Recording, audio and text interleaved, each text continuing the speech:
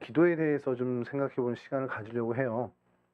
어 사실은 사무엘상을 제가 보면서 항상 사무엘 이 상하를 볼 때 많은 등장인물이 나오는데, 어쨌든 이 사사 시대의 마감을 하며 왕정 시대를 여는 이 기점에 하나님의 초점이 제일, 어떻게 보면 그 조명이, 하나님의 조명이 정말 핀 조명처럼 쫙 비치는 것이 사실 사무엘인 줄 저는 알았는데, 사무엘 이전에 이 한나에게 비춰지는 것을 좀 보게 됩니다.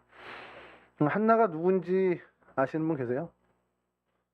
한나. 우리 그 교회에 가면 어느 교회나 대부분 한나가 한두 명은 있어요. 은혜라는 친구들도 한두 명이 있고, 우리 교회는 특히 예자 들어간 친구들이 많은데, 한나가, 성경에 등장한 하나의 대표적인 이름은 바로 이 사무엘의 어머니인 한나입니다. 한나라는 이름의 뜻은 굉장히 좋습니다. 은혜, 은총이라는 뜻을 갖고 있어요. 그러니까 아이 이름을 지을 때 한나라고 짓는 것도 한번 고려해 보시면 좋을 것 같습니다. 박한나라든지 이렇게 지을 때, 저는 이제 끝났으니까 더 고려할 거 없지만, 여러분들도 한번 그 딸의 이름으로 참 좋은 것 같다는 생각을 좀 하게 됩니다. 이 시대가 어떤 시대였냐면 사사 시대입니다. 여러분, 성경을 제가 어제 좀 충격을 받은 게 있습니다. 그래서 저희 아들하고 저녁에 잠깐 이야기를 나누는데, 성경에 대한 어떤 단편적인 이야기들을 많이 알아요. 그러니까 성경, 이제 교회 경력이 15년 됐으니까 그 정도는 돼야죠. 그래서 많이 듣고 이야기를 많이 하는데, 바벨탑이 먼저인지 노아 홍수가 먼저인지 아브라함이 먼저인지 야곱이 먼저인지 이런 얘기들의 순서를 꿰지 못하는 약점이 있더라고요. 왜 그럴까 생각을 해봤는데, 우리가 그렇게 안 가르쳤더라고요. 그러니까 이 시대를 쭉, 시대가 그렇게 중요해요? 라고 묻는다면, 중요할 수도 있고 안 중요할 수도 있습니다. 그 메시지에서 그 사건과 인물을 보면서 하나님이 어떤 뜻을 우리에게 말씀하시는가가 중요한 거니까, 사실은.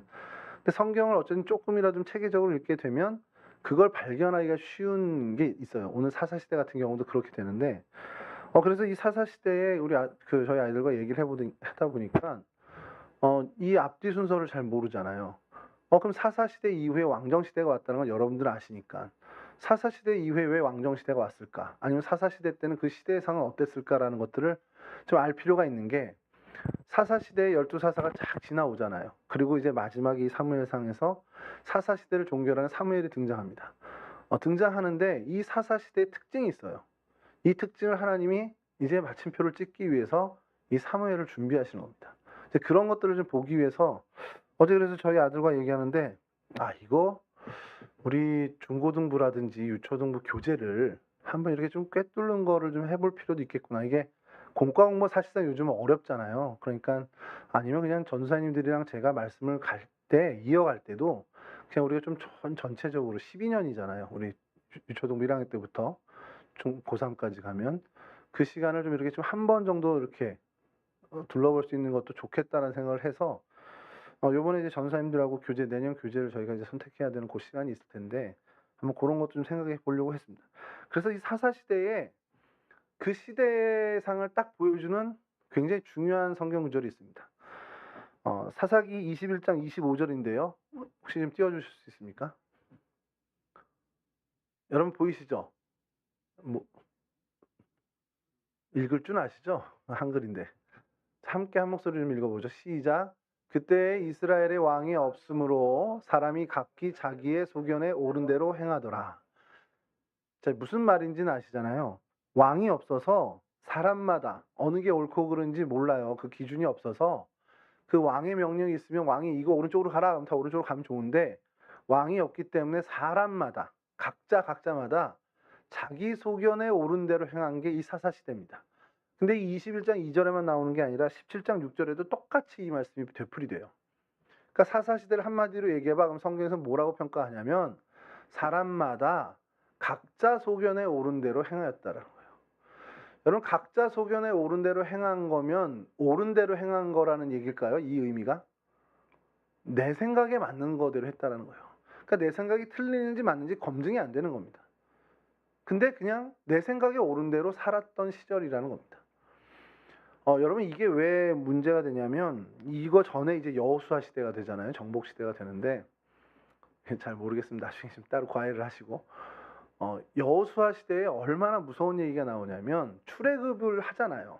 출애굽을 해서 그 세대가 광야에서 다 죽어요. 여호수아와 갈렙을 제외하고 다 죽습니다. 그리고 광야에서 태어난 사람들, 그때 당시 20세 미만이었던 사람들이 가나안 입성을 해요. 근데 가나안 입성을 해서 가나안 땅에 정착을 하는데 이제 나이가 들어서 여호수아와 그 장로들이 다 이제 죽음을 맞이하게 되잖아요. 그러면 이제 그 다음에 그 다음 세대들이 일어나야 되잖아요. 그 신앙을 이어가야 될 거 아닙니까?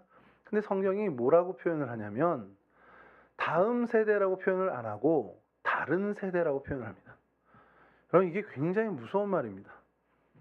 우리 정성교회가 혹은 이 땅의 한국교회가 정말 전례 없는 그 복음의 부흥을 맞이했단 말이죠. 그리고 이제 그 다음으로 이어가는 어떻게 보면 신앙이 계승되어야 하는 그 시점이 사실 요 시대인데 성경 여호수아가 그 다음 세대로 넘어가는 그 시절을 평가할 때 다음 세대라 하지 않고 굳이 다른 세대라고 표현한 것처럼 오늘 이 한국 땅의 부흥의 어떻게 보면 교회의 이 신앙의 정신이 다음 세대로 이어가는 게 아니라 전혀 다른 세대가 등장한 것은 아닌가라는 거예요. 이 사사시대가 사실 그런 시대라는 겁니다. 그 사람들이 이어온 시대. 각자 소견에 옳은 대로 행하던 시절. 사사기 시대를 보면요. 오늘 이 시대의 우리 모습 아닌가라는 생각이 듭니다. 여러분 성경을 보면서 사건을 보고 성경을 보면서 사람을 보게 되죠.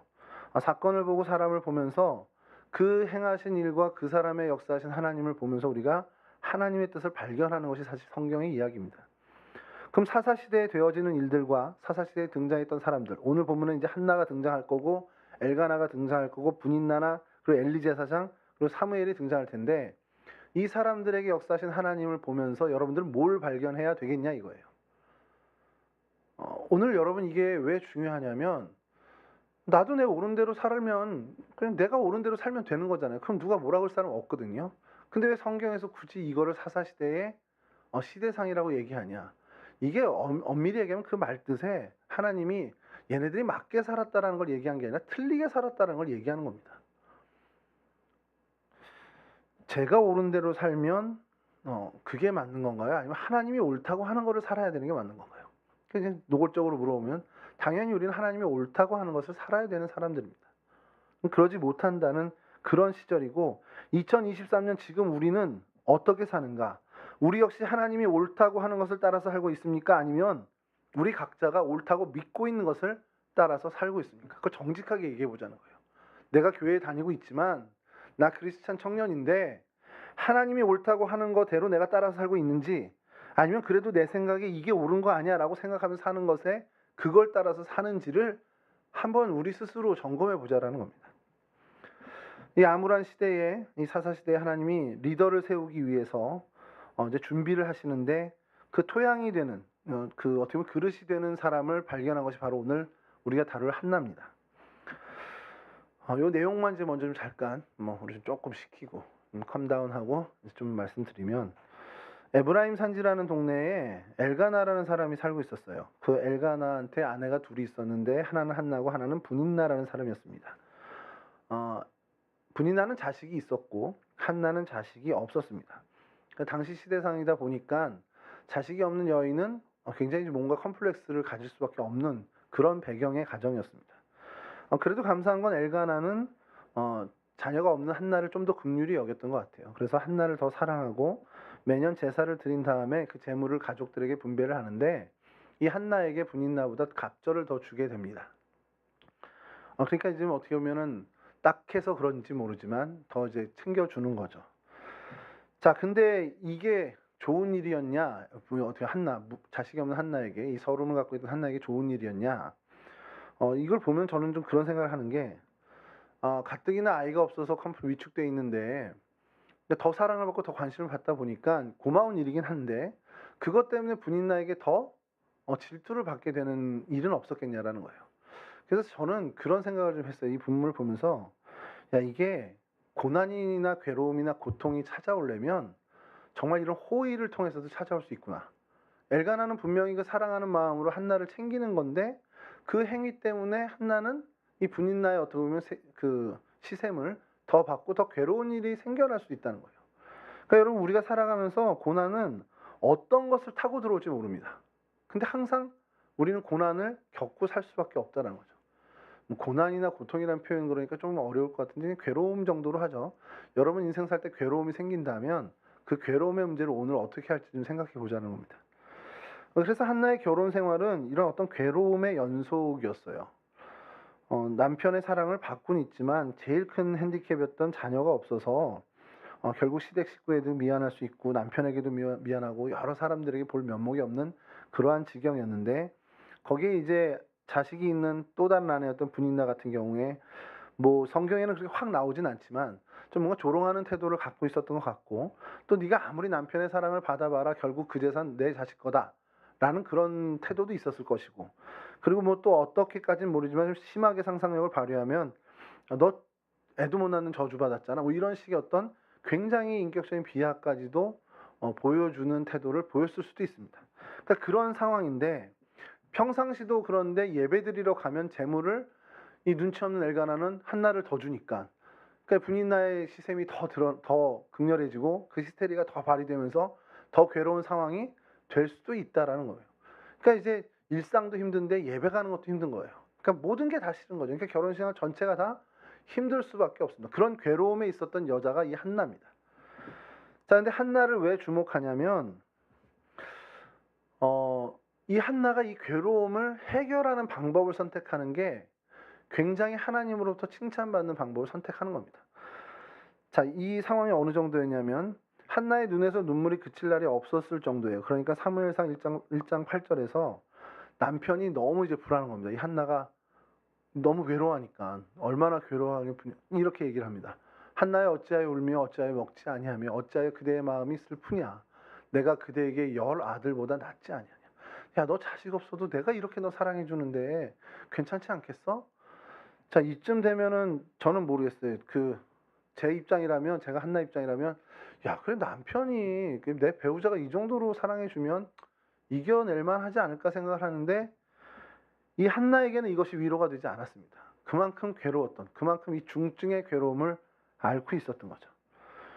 자, 그래서 이 한나가 가졌던 괴로움, 아이가 없는 그거에서 출발이 된 건데, 당시 시대가 아이들을 낳거나 못 낳거나 아이가 있다 없다가 굉장히 중요한 기준이 되다 하더라도 이 정도까지 남편이 이렇게 사랑하는 것까지도 위로가 안 되는 그런 일이었을까라는 생각을 좀 해보는 겁니다. 그래서 근본적으로 이 괴로움이 어디서 오는가, 그것을 좀 생각해 보는데 결국 비교에서 오더라는 거예요. 그러니까 한나가 뭔지 모르지만 그게 구체적인 분이다라는 대상이 있는 건지 아니면 모르지만 뭔가 모를 비교의 대상에서 자기를 자꾸 비교하다 보니까 이 고통이 생겨나더라는 거죠. 근데 이거에서 제가 본 게 오늘날의 여러분들이 겪는 고통도 사실 그 근본 원인이 여기서부터 출발하더라는 겁니다. 여러분 괴로운 일 있으세요? 좀 이제 편안하게 조금 템포 가라앉히고 좀 괴로운 일 있으세요? 뭐가 괴로우세요? 뭐 결핍이 있을 때는 괴롭잖아요. 일반적으로. 아, 내가 이거를 이루어야 되는데 뭐 경제적인 형편이 좀 결핍이 있다거나 아니면 체력적으로 결핍이 있다거나 내 능력에 어떤 그런 결핍이 있다거나 뭔가를 하려고 하는데 그런 결핍들이 있어요. 그 결핍이 정말 그 결핍 자체가 여러분들에게 괴로움이 될 때도 있지만 더 많은 경우가 저 사람보다 내가 적게 적어. 저 사람보다 내가 능력이 좀 적어서. 저 사람보다 내가 좀 건강하지 못해서. 저 사람보다 가진 게 내가 좀 적어서. 이런 이유로 오는 때가 더 사실은 많더라는 겁니다. 한나도 만약에 분인나가 없었다면 괴롭죠. 자식으로 없는 자식의 결핍으로 인해서 오는 고통이 분명히 있습니다만 이 정도까지는 아니었을 거라는 생각이 드는 거예요. 분인나가 없었다면 그 주변에. 그래서 이 비교가 없었다면 이 정도는 아니지만 그것이 비교가 없었으면 좋겠다. 우리가 바래도 소용없는 게 우리는 평생을 여러분 비교하면서 살 수밖에 없습니다. 왜냐면 혼자 사는 세상이 아니니까 눈에 보이는 모든 것들, 심지어 사람이 아닌 다른 것으로라도 아니면 내 과거로라도 비교해서 살 수밖에 없는 게 우리예요. 그럼 이건 무슨 얘기냐? 여러분 죽을 때까지 그 괴로움에서 못 벗어난다는 겁니다. 그렇죠. 이 목사님이 그냥 교회에 설교를 하는데 괴로울 때 주님이 위로해 주게 할 거야. 다 극복할 거야. 이런 얘기해도 시원찮은데 니네 평생 가봐라. 괴로움 절대 안 벗어난다. 이런 얘기하니까 좀 그렇잖아요. 근데 이게 현실이에요. 여러분 괴로움이나 고통이나 어려움이 여러분 평생 안 떠납니다.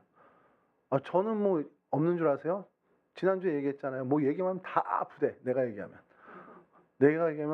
목사님 또 그렇게 얘기해요. 내가 뭐 하면 목사님 또 왜 그렇게 해요? 머리를 자르고 와도 목사님 왜 이렇게 짧게 잘랐어요? 막 이렇게.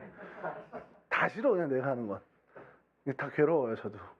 뭐 집에서 그래요. 집에서도 뭐 아빠 왜 이렇게 배가 나왔어? 그래서 근데 하고 싶어서 나왔냐 내가 그거.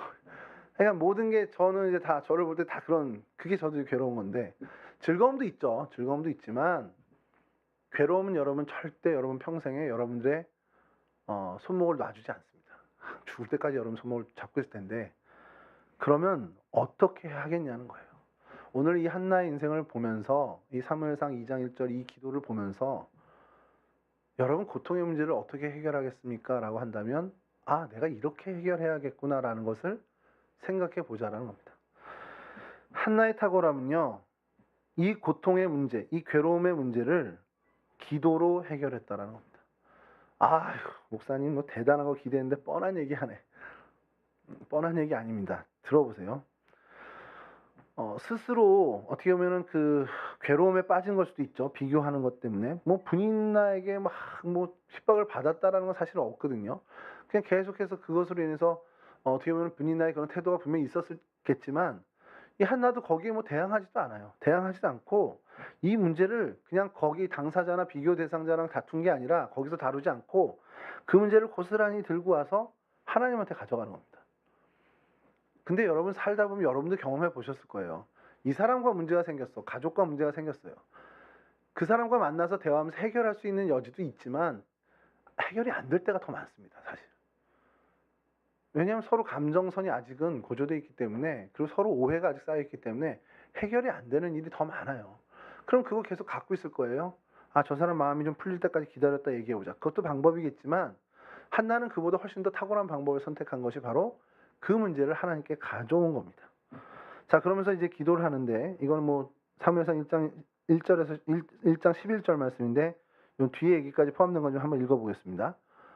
한나가 마음이 괴로워서 여호와께 기도하고 통곡하며 서원하여 이르되 만군의 여호와여 만일 주의 여종의 고통을 돌보시고 나를 기억하사 주의 여종을 잊지 아니하시고 주의 여종에게 아들을 주시면 내가 그의 평생에 그를 여호와께 드리고 삭도를 그의 머리에 대지 아니하겠나이다. 아멘. 자, 기도를 선택했습니다. 얘기하면 여러분 뭐 목사님 또 뻔한 얘기 하시는군요 이렇게 하는데 한나의 기도는 좀 다르죠. 뭐가 다릅니까? 내 결핍이 아들이에요. 예를 들어서 아들 주시면 좋겠습니다. 아들 주시면 내가 정말 하나님 찬송하며 살겠습니다. 이 기도가 아니고 거기 한 걸음 더 나갑니다. 내 결핍이 아들인데 아들을 주시면 그 아들 하나님께 드릴게요. 왜 구하는 거죠? 하나님 뭐 이렇게 표현하면 좋죠. 하나님 저에게 로또 당첨 13억을 주시면 감사하겠습니다. 그걸로 선한 일 쓰고 이렇게 하겠습니다 하는 게 아니라 하나님 13억 주시면 고스란히 제가 하나님께 헌금하겠습니다. 그러면은 이제 주변에 있는 제 친구들은 그랬죠. 왜 기도하는 거야? 이렇게 하겠지. 만약 여러분 주변에 친구가 만약 그렇게 기도한다면 여러분 어떻게 하겠어요? 그 이해가 돼요? 대단한 믿음이에요. 이해가 되면. 아들 때문에 결핍이 있어서 괴로운데 아들을 주시면 아들을 하나님께 드리겠대요. 여러분 이게 진짜 멋진 기도라는 겁니다. 이 한나는 이 고통의 문제가 뭐고 이 고통의 해결의 방법이 뭔지를 정확히 알았던 사람이에요. 아들이 결핍돼서 아들이 지금 내 수중에 없어서 괴로운 게 아니라는 거예요. 그 경험을 하지 못했기 때문에. 아들을 갖고 이 아들을 길러내고 아들을 하나님께 드린 이런 경험을 못했기 때문에 그가 이 결핍에 휩싸여 있다는 걸 안 겁니다. 그러니까 아들이 내 수중에 있고 없고가 중요한 게 아니고 이게 하나님께 드려진다고 내 아들이 아닙니까? 하나님께 드린다고 내 아들이 아닌 게 아니잖아요. 그게 중요한 게 아니고 이 고통을 걷어내시는 하나님에게 나는 한 걸음 더 나가 하나님의 영광을 위해서 이 고통을 쓰겠다라는 겁니다. 문제를 해결할 방법으로 기도를 선택했습니다. 굉장히 탁월한 선택인데 거기 한 걸음 더 나가서 이 기도를 통해 그 구하는 것에 대해서 하나님의 영광을 덧입히는 겁니다. 이 고통의 문제를 나의 그냥 결핍의 문제에서 끝내는 게 아니라 이 고통의 문제가 확장되고 성장돼서 하나님의 영광의 문제까지 이르게 하는 것, 이것이 한나의 성숙된 신앙의 모습이었다는 거죠. 여러분, 이 기도가 하나님께 정말 정말 유효한 기도가 됐다라는 거예요. 하나님이 그 기도를 정말 바로 응답해 주시지 않습니까? 근데 그 과정에서 보면 이게 결론은 이렇지만 과정이 얼마나 어려웠냐면, 하나님께 문제를 가지고 기도하러 갔다. 이거 그냥 굉장히 문장으로 하면서 단순하잖아요. 근데 이게 얼마나 힘든 모습이었는지 성경에 나오는 겁니다. 우리가 읽은 본문의 전의 내용인데, 이 한나가 하나님 앞에 나가서 기도하는데 그 기도가 거의 신음소리에 가까운 겁니다. 그리고 정말 제대로 우리가 일상적인 사람이 기도하는 모습이 아닌 정도를, 그걸 넘어선 거예요. 오죽하면 엘리 제사장이 야, 너 교회에서 술 먹고 기도하면 어떡해? 이렇게 얘기할 정도의 모습이었다라는 거예요. 얼마나 환장을 노르십니까? 난 정말 진을 잡혀서 기도하고 있는데 그것을 보는 제사장이 야, 너 어디 여기서 포도주 독주 마셔가지고 여기 와가지고 이렇게 주정을 부리고 있니? 라고 얘기할 정도의 기도의 모습이었다는 거예요. 그냥 처절한 기도의 모습입니다. 그냥 하나님 앞에 내 모든 게 다 사라지고 정말 하나님 앞에 내 완전 본질적인 모습이 나가서 정말 처절하게 부르짖는 그런 기도였다라는 거예요. 여러분, 그만큼 내 고통의 문제를 가지고 하나님께 나간 그 기도가 절실했다라는 것이죠. 여러분, 먼저는 여러분들의 괴로움이나 고난의 문제를 하나님 뭐 이거 좀 조금 괴로운데 해결해 주시면 주시고 말면 말아요, 이런 태도가 아니라 정말 하나님 앞에서 이걸 내가 하나님이 해결해 주셔야겠습니다라는 간절함을 갖고 있어야 한다는 겁니다. 그리고 거기에 아까 말씀드린 것처럼 하나 더, 이 고난이 그냥 고난의 문제로, 그래서 그것이 해결되는 것으로 끝나는 게 아니라 이 고난의 문제를 넘어서서 하나님의 영광이 덧입혀지는 문제로까지 확장되고 성장되기를 바라는 간구를 하는 거죠. 자, 이거를 이제 다 듣고 나는 엘리가 뭐라 합니까? 평안히 가라. 이스라엘의 하나님 그분이 내 기도를, 네가 구한 것을 허락하기를 내가 원하노라 하고 돌려보냅니다. 그리고 그렇게 이루어지죠. 자, 거기서 한나의 멋진 모습이 한 번 더 드러나는데, 자, 고통의 문제가 해결됐습니다. 자, 그러면 그 전에 약속한 거를 많이 잊어버려요. 우리가 그렇습니다. 하나님, 나 이거 해결해 주시면, 우리 가끔씩 그런 흉내 많이 내잖아요. 하나님 이거 해결해 주시면 내가 이것도 하고요, 이것도 하고, 나 봉사도 하고요, 나 이렇게도 하고요, 청년배배 안 빠지고요, 뭐 다 해요. 근데 그게 해결이 되면 감사합니다 그러고서 그냥 그 다음 건 잊어버릴 때가 많단 말이에요. 근데 한나의 위대함은 정말 그걸 이행합니다.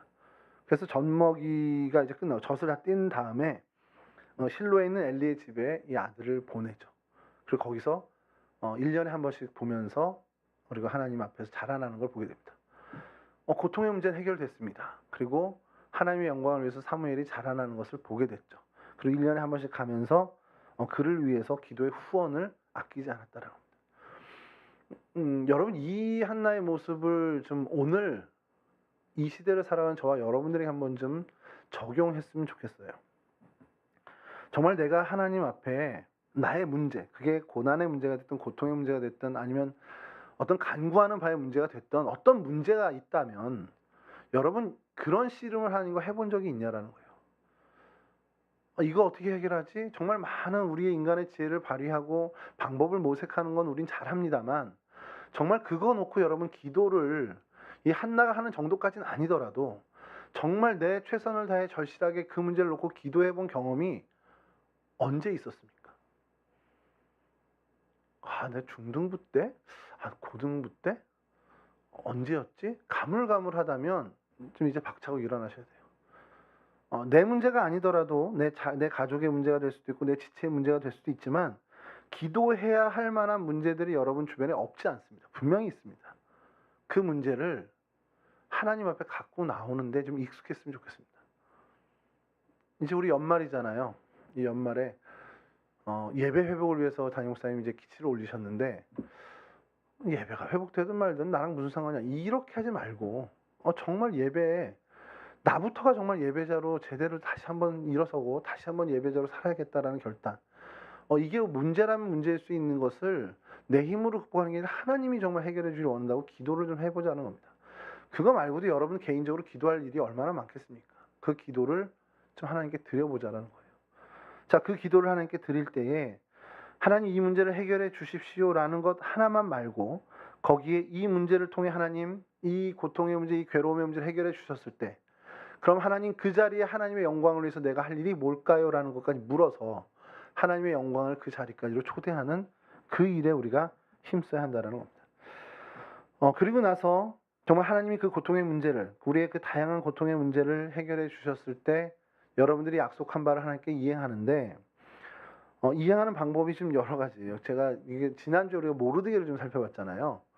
그 에스더를 이제 왕궁에 들여보내고도 계속 그 왕궁의 후원을 들락달락거리면서 계속 정말 정성을 다해 살피고 하나님 앞에서 어떻게 자라나는지 계속 본단 말이죠. 그런 돌봄이 또 있고요. 오늘 한나는 정반대입니다. 실로의 제사장에게 맡겨놓고 그냥 정말 1년에 한 차례 정도 들리는, 정말 그냥 맡겨놓은 거예요. 제가 예전에 한번 그런 적이 있습니다. 어머니가, 제가 이제 사역을 시작하니까 그렇게 말씀이 많으신 거예요. 뭐 교육전사 할 때는 가서 뭐 교육 목사님 말씀 잘 들어야 된다. 뭐 동료들하고 이렇게 지내야 돼. 저희 어머니 교회 생활 오래 하셨으니까 아니까. 야, 권사님들의 시선이 어떤지 아냐. 그러면서 막 이런 얘기를 하시잖아요. 뭐 복장은 이렇게 해야 된다. 저런 얘기 많이 했어요. 제가 어머니한테 한번 그런 얘기를 했어요. 어머니, 제가 성경에 나오는 사무엘 같은 사람 되면 참 좋지 않겠어요? 뭐 그랬더니 어머니가 어우 더도 없이 좋지 이러시는 거예요. 그래서 제가 뭐라 그랬냐면, 그럼 한나처럼 맡기고 아무 말씀 안 해주십시오. 그렇게 돌보는 것도 돌보는 거라는 거예요. 그러니까 그건 때에 따라 다르겠죠. 여러분들이 모르드게의 어떤 돌봄을 펼쳐야 할 때가 있으면 또 한나와 같은 후원을 해야 되는 그런 모습을 보일 때도 있겠지만, 어쨌든 관심을 놓지 말라는 겁니다. 그 문제가 하나님의 영광이 덧입혀진 문제로 계속해서 진행돼 나가는 것에 대해서도 계속 관심을 갖고, 그게 저게 전날의 나의 괴로움이었는데 하나님이 저렇게 반전의 역사를 일으켜 주셨구나 라는 것들을 계속 목격하면서 하나님을 높여야 된다는 거죠. 우리 청년부가 참 예배 인원이 약해서 참 이 고통의 문제를 하나님께, 우리 괴로움의 문제를 드렸는데 정말 차고 넘치는 이 70석이 꽉 차고도 넘치는 그런 많은 이들이 모여서 예배를 드리는 걸 보면서, 제 바람입니다. 그러니까 보면서 이게 우리의 정말 어떻게 보면 괴로움의 문제였는데 하나님께 아뢰었을 때 하나님이 이렇게 해결해 주셨지라는 것을 눈으로 보면서 계속 기도에 후원을 하는, 이게 뭐 우리 인원 문제 그냥 예를 든 거고, 여러분들의 그 문제가 그렇게 계속해서 반전에 반전, 오늘 기도처럼 용사를 꺾고 약한 자들이 다시 일어나고, 정말 있는 자들, 자녀가 많은 자들이 오히려 약해지고, 출산하지 못한 사람이 7을 낳고, 이런 어떤 반전들의 하나님의 역사를 여러분 인생에서 좀 봤으면 좋겠어요. 목격자가 됐으면 좋겠습니다. 근데 그거 목격하려면 기도해야 된다는 거예요. 여러분의 괴로움의 문제가 아니더라도 여러분들의 어떤 문제, 기도해야 할 문제라면 그 기도를 하나님께 드리지 않고는 그것을 볼 여지가, 방법이 도무지 없다는 겁니다. 여러분 믿는 크리스찬이잖아요. 하나님의 능력을 믿으시잖아요. 그럼 하나님이 하는 역사를 좀 더 봤으면 좋겠습니다.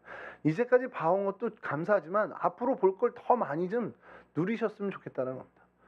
말로 설명할 수 없는, 야 이건 내가 논리적으로 설명할 수 없는데 하나님이 이렇게 하셨어. 이런 일들이 여러분 인생에 좀 많이 벌어졌으면 좋겠어요. 여러분 안 들어주면 저한테 오세요. 전 다 들을게요. 얼마나 감사한, 전 막 벅찰 것 같아요. 여러분들이 여러분들 삶의 자리에서 하나님이 이렇게 해결해 주셨어요. 하나님 나에게 이런 반전을 주셨어요. 이런 간증들이 정말 풍성해졌으면 좋겠습니다.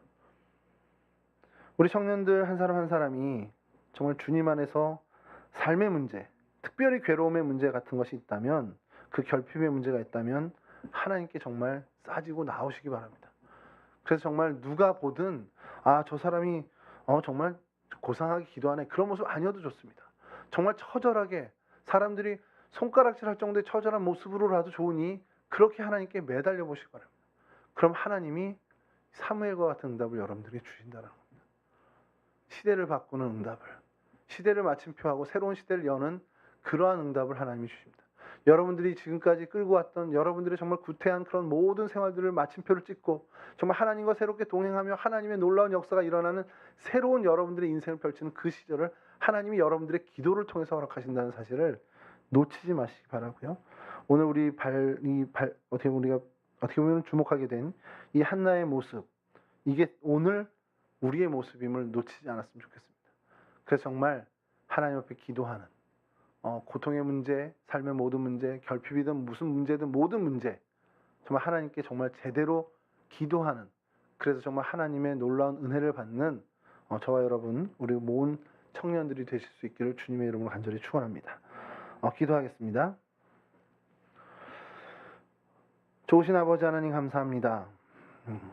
저희들 가운데 하나님의 은혜를 주시고 정말 하나님을 찾을 수 있는 정말 하나님 믿음을 허락해 주시니 감사를 드립니다. 하나님께서 사랑하시는 사람에게 징계하시고 훈련하시는 걸 압니다. 가능성이 있는 사람들이기에 하나님이 훈련의 장을 허락하심을 압니다. 우리 청년들 평생에 하나님께서 연단하시는 그 과정을 겪을 텐데 그 일이 이들 가운데 진짜 괴로움이 되지 않게 하시고 오히려 하나님 앞에서 성장하는 귀한 은혜의 현장이 될 수 있도록 도와주시옵소서. 시련 속에 감추어 놓으신 하나님의 선물을 발견하는 지혜로운 우리 청년들 되게 하여 주셔서 그것들을 통해 정말 성숙의 열매를 늘 결실하는 거룩한 하나님의 백성들이 다 될 수 있도록 도와주시옵소서. 순간의 괴로움에 함몰되지 않게 하여 주시고 그 괴로움에 넘어 있는 하나님의 은혜를 바라보는 정말 그 비전을 갖는 우리 청년들 모두가 될 수 있도록 도와주시옵소서. 무엇보다도 먼저 하나님, 그 모든 문제에 대해서 정말 하나님 앞에 나와 기도할 줄 아는 청년들이 되길 원합니다.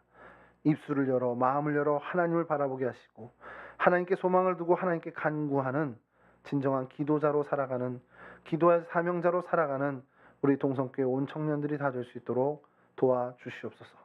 그 이후에 역사하시는 하나님을 기대합니다. 이들의 기도 뒤에 응답하시는 하나님의 놀라운 그 반전의 역사를 우리 모두 경험할 수 있도록 도와주시옵소서.